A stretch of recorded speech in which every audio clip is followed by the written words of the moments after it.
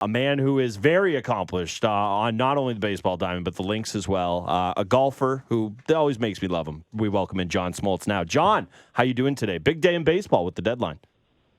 Good morning. Yeah, it always is. This is a day where contenders have their eyes looking upwards, thinking, come on, management, we can do something to make us a little better. And then you've got management trying to figure out, how much to mortgage for the now. And it's a complicated mess, I'm sure, if you're a general manager. But for players, there's a lot of hope and anticipation. Yeah, I was going to say, if you're a player, it's easy. It's like, these guys aren't here. I've seen that guy play. Go get him. It doesn't seem that hard, but obviously from the front office, a very, very different equation. The big news, it's definitely the big news here. Safe to say probably a pretty big piece of news across baseball is the health of Bo Bichette. He hurts his knee last night, leaves the game with right knee discomfort. Now, we have no idea what his health is like, 24 hours after an injury like that. It's sometimes impossible to know. What would that do to a psyche of a team to have this lingering question right before the deadline of, Bo Bichette isn't just their everyday shortstop. He leads the American League in hits. He is the, one of the leaders on this team. What would it do to a team to have the question of an injury like that for such a key player right before the deadline kind of lingering over their heads? Yeah, you can always pick a player or two off of each team that you go, man, we really can't afford this guy to get hurt. We've seen it with New York and Aaron Judge. I mean, that's just an extreme case of a superstar that impacts a team so negatively when he's not able to play. And the same can be said here in Toronto. I mean, Toronto, believe me, I was so bored. I had my hip replaced, so I had nothing to do, and I'm watching a lot of baseball. And so I decided to look at, all right, this must be the streakiest baseball season that I can remember, meaning I see teams go on streaks. And so I just went through every team to see who was the streakiest team in baseball, who had the most balance, who was, who could jump up and down, like from last to first. You saw all these different moves. And really for me, Toronto has got an interesting year. They, up until recently, they only had 2 3-game losing streaks and 2 5-game losing streaks, and which isn't horrible, right? When you think about 162 games, but they had 4 3-game winning streaks and 4 4-game winning streaks and a 7-game winning streak. So it tells me obviously the team's a pretty good team, and what's the difference or what's missing that everybody's been wanting for Toronto to make that next jump. They came also close, a couple times, and I think adding a piece or two might be one of the things that are missing to get them to the end, because their pitching staff now in the rotation is pretty solid. And can they get a consistent enough offense and a little help in the bullpen? Yeah, trust me, we felt that roller coaster ride here in Toronto. Streaky, showing signs of life and of puzzle pieces that are some of the best in the MLB, and then times where they just cannot hit with runners in scoring position. They could not string together 2 good bullpen performances. But when you look at today and you look at the idea of adding, the Blue Jays did add a really great reliever or closer there with Jordan Hicks. And I know right away it felt like there was some life in that locker room. The guys were saying, wow, it feels like we're really in a good spot. This guy's a flamethrower, and there was excitement about it. So today, if they add another piece, they add something, not even close to Bo Bichette, but a piece that might help offset something. That locker room, even just knowing that the ownership and that the team and the management believes in you being able to go big, that can provide a boost of some sort. How tangible is looking around this locker room with new faces and thinking, wow, maybe this is our chance to do something good here, to make a playoff push, to win more than one playoff game this upcoming season? Yeah, no, that would go a long way, and they're facing them really right now. This is a big series, right? Because you got your first place ball. First of all, who thought we would say, and I've been on with Baltimore going, who thought we'd say first place Baltimore Orioles at this point in the season? So you got to give them credit for their balance, and their consistency throughout the year has been unbelievable. And they show what balance is all about. And I think at times, Toronto's offense can be really right-handed heavy in the lineup. A lot of their meaty hitters and their great hitters are right-handed, but they've found a way to add Hicks, which is awesome and is going to help. And if they can find a way to start feeling like they're as good as anybody in the American League, then you'll see a team that has a potential for a deep run. But that's something every team has to go through and feel like they've hidden their warts. I say this all the time. When you leave spring training, you know what your warts are. You hope that your offense covers if it's a defensive wart or a bullpen issue. You hope you cover it long enough, but at some point it'll show up as you get closer to the end. And that's when you hope, management can address it, because it's inevitable on every team. Even the Baltimore Orioles fan base is trying to figure out who can they add and are they going to add. And they have I always say when you have the best record in the league, it's kind of like a curse, because your management can make a statement to say, we got the best record in the league for a reason. What do we need to add?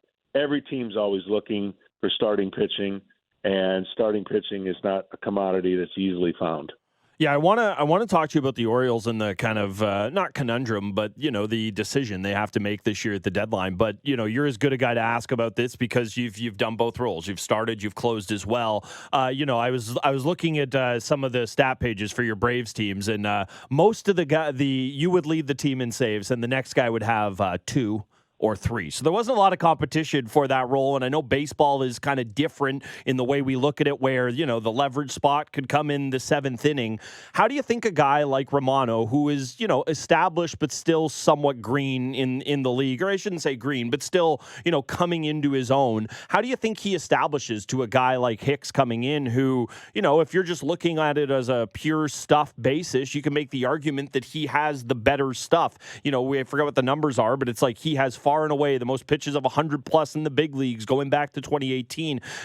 How do you think that him and Romano have to, acknowledge the elephant in the room, for lack of a better term, of you're both there to win, but you also want to be a closer? How do you think that players deal with that, and do you think it's kind of different in today's game? Oh, I definitely think it's different. I think, though, and I know, we're trying to rewrite a lot of history with a lot of smart people thinking that, you can move this piece here and do this piece there and, checkerboard players. It doesn't always work. What works is when you've got a guy that's pretty darn good at the end of the bullpen and he gets the last 3 outs every single time. That's what works. But if you get people to buy in, which is what they're trying to do, is buy into, hey, if I need you in the 7th, are you okay? And sometimes that works, sometimes it doesn't. So I think they'll coexist, knowing that whatever the best scenario is for them moving forward to win games, they're going to be fine with it. It's in the off season when you start going, okay, now what? Because the reality of Hicks, Romano's been there, done that. Hicks kind of has. And, he definitely does have eye-popping stuff, but it's a different fastball than what Romano has. Actually, Hicks gives up more contact, believe it or not, with that fastball than Romano might, because of the spin on it. And he throws a sinker, and yes, it's 100 miles an hour, and when it's good, they don't square it up. But when it comes to that facet of the game, you do have to figure out and talk to the player and make sure, you're not damaging an ego for the sake of. But everyone who usually gets to that spot goes, hey, whatever it takes. But a lot of movement and a lot of pieces doesn't always work right away. You got to give it a little bit of a second for guys to settle in, to adjust. John, you had quite the accomplished career, including a Cy Young Hall of Fame and 8-time All-Star. And there's a young kid on our team here, Alek Manoah, who was in the running for a Cy Young last year, has a bright future ahead of him, but also had a pretty tough start to this season. What did you see with Alek Manoah, and maybe some of the struggles that he was probably going through, physically, but mentally as well, like having that incredible year and then having the opposite of consistency this year, and now working his way back into the Blue Jays rotation? Well, it kind of reminds me of my 1991 when coming off of pretty good years, I had a little bit of a philosophical change. To be quite honest, I was really, really mad at a negotiation in an offseason that didn't go very well. And I went out to prove the world wrong, and I started 2-11. And, you know, everybody wanted me kind of removed from the rotation. And I think back at that point in my life, if Bobby Cox wasn't my manager, what would have happened to my career? Well, he kept me in the rotation. I figured it out, went 12-2, and the rest was history. And when you go through something like that as an athlete, you'll never forget it, and you'll be better for it. No one wants to go through that, and I think Alek Manoah is first of all, his personality and the way that he goes about it, I thought was just the way he handled like the All-Star game and just everything that came at him probably came at him pretty fast. And sometimes you think, well, this is the way it's always going to be, and this is cool, but when you hit a speed bump and the kind of train goes off the tracks, you gets a little shock to your system, and all of a sudden what becomes natural is not so natural. And I've always felt like his ability to throw strikes should always be there. When that leaves a pitcher, then you start trying to figure it out on the fly, and it doesn't always work. So what I'm saying is if he gets on the other side, which it looks like he is, this would be the best thing that ever happens to him moving forward, because once you've gone through as low as a moment as this, you realize you can dig your way back out, and, you know, you'll never look back. Fan Morning Show, Gunning and Ailish talking to John Smoltz here. And, you know, I think that's a great point that you make about the struggles you went through. And obviously you came out just okay. I don't want to pump your tires too much. You had a pretty nice run after that. But you mentioned Bobby Cox there and what he did for you. Was it just the fact that he kept you in the lineup, kept you a part of the fold? I mean, obviously things got so rough for Manoah. That's not it. Or was there something else personality-wise? Because, you know, we talk about this in all sports with coaches and stuff. But with baseball, the manager, you know, from outside, I feel like we have the least idea as to what they do. Was it just the fact that he kept you in there, or was it something else that Bobby Cox did that kind of allowed you, or maybe it was a pitching coach, or maybe you worked through it on your own? Could you just kind of explain that process a little more for us?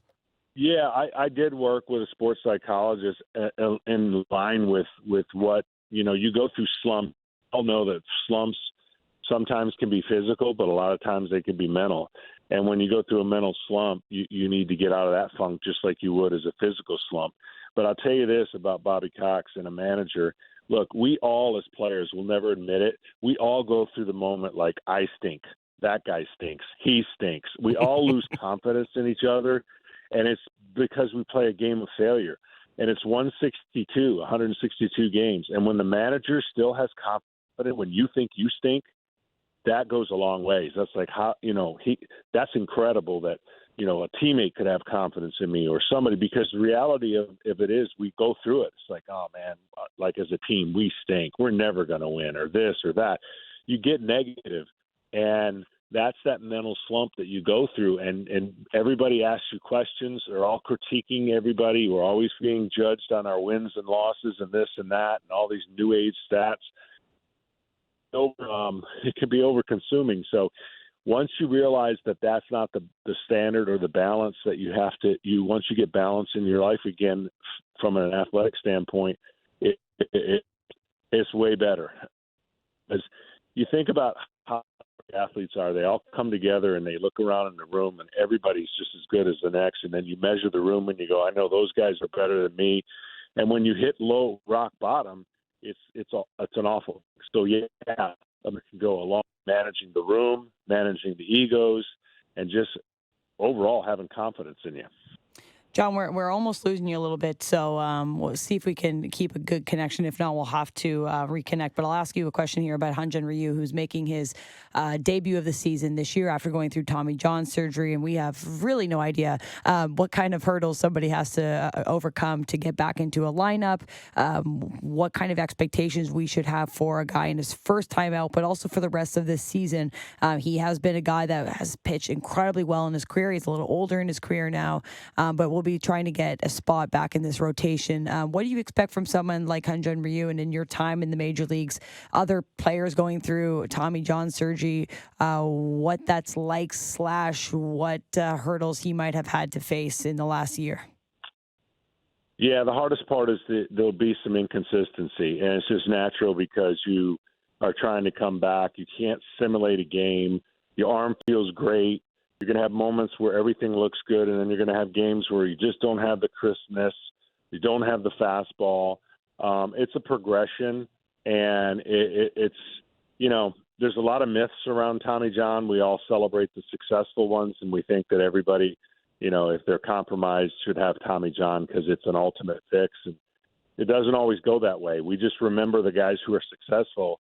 We don't talk ever about the hundreds that never make it back. So for Ryu, he'll knows how to pitch. That's the beautiful thing about, if you have Tommy John and you've been in the big leagues for a while, that's a good thing. And you know how to pitch. So you know how to pitch with whether you're A stuff or your B stuff. And that's what he'll have to learn on the fly. And after this year, he'll be, based on the way it works, you're usually better off after coming back, that short stint, finishing the year, normal off season, and then typically you don't look back. But it's not as easy as some people remember it, because we remember the guys that were successful long term rather than the beginning of it. And my beginning of it was horrible, and it led me to the bullpen. I thought I was done because I thought I retore my elbow, but it led me to the bullpen, and the rest is crazy journey that I had. Yeah, it certainly was a wild one. The team the Blue Jays are in a set with right now, the Orioles, I think they're at kind of the most interesting point a team can be at in their kind of building cycle. This is not a group with promise. This is a group that's proven something, albeit for 1 year, but they've proven where they are in this division, and some would say the hardest division in baseball.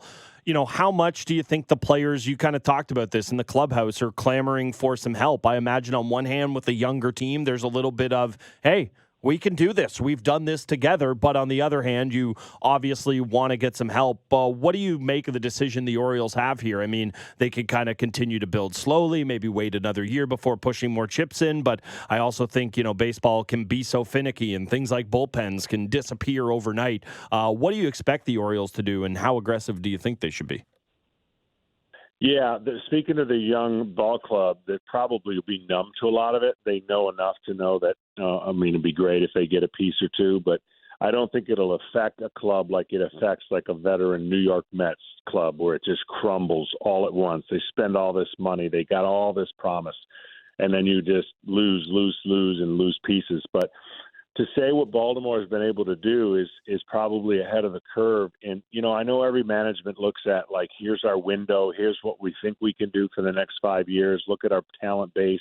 And when you stockpile, it's only good enough once you get to a point where now what are you going to do with those top, studs in the minors that current guys are doing real well? Everyone wants depth, but at some point you got to give up something to go for it.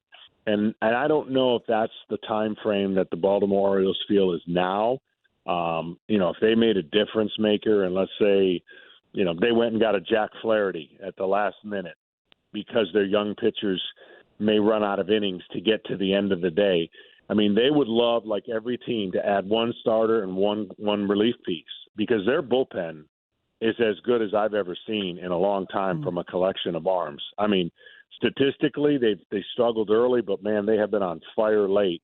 And they pretty much play a baseball game now where if they got the lead after 7-8 innings, it's over. And that's what you want. Like, that's the feeling you want. And so I don't know how much it'll impact them. I know the fan base is like, hey, there's no guarantees. We need somebody now, and the heck with 5 years from now, right? And to your point, and I remember when this young crop of Toronto Blue Jays, offensively, this was going to be one of the greatest offensive teams that we ever saw based on potential. And you've seen the kind of roller coaster, how difficult it is, especially in this division. If you don't get enough pitching, you can't out-hit everybody, and vice versa. So it's a complicated situation when you have a team that's flowing, kind of like what Baltimore's doing right now, and hard to explain because they're so young. That's where people scratch their heads and go, look at this team and look at our lineup, and why aren't we doing this? And baseball can be very cruel, but these next, give or take 12 hours, could put some joy in some clubhouses really fast. Yeah, let's zoom out a little bit from the AL East and ask you a bit more league-wide if there's a team that really intrigues you today. Maybe it's the Angels who decided to hold on to Shohei Ohtani, maybe the best talent that we've ever seen, and add, whether still not fully in a playoff spot. Is there someone or a team that you're really intrigued about the direction they do take over these next 12 hours? It kind of goes in the same lines with the Baltimore Orioles. I'm intrigued with the Cincinnati Reds. I didn't see this coming at all in the National League. I mean, they have been playing really – talk about streaky. Holy cow, it's been the most streaky year I've ever – they bounce back and forth. And they're young and they're talented, and I'm sure that fan base has said, we've waited long enough. Get us somebody, because that Central is winnable, very winnable. And it's unlike the East, right? There's really not that balance. So they're intriguing to me to see what they do, because they've got a core offensively. What I love about the game now is the rule changes is come in play to really take advantage of roster athleticism again. And you don't have to play bully ball all the time. You don't have to have the most money in your payroll. You can put pressure on the bases. You now can put the ball in play again. You watch the shift of baseball and the teams that take advantage of it with their athletic roster, and you're going to see other teams stuck in the mud because they've been built on this. We're going to slug our way, we're going to plot our way, and that's how we're going to win, and it's not going to be the formula anymore. I'm not saying you can't out-homer your opponent, and that homers still aren't really important.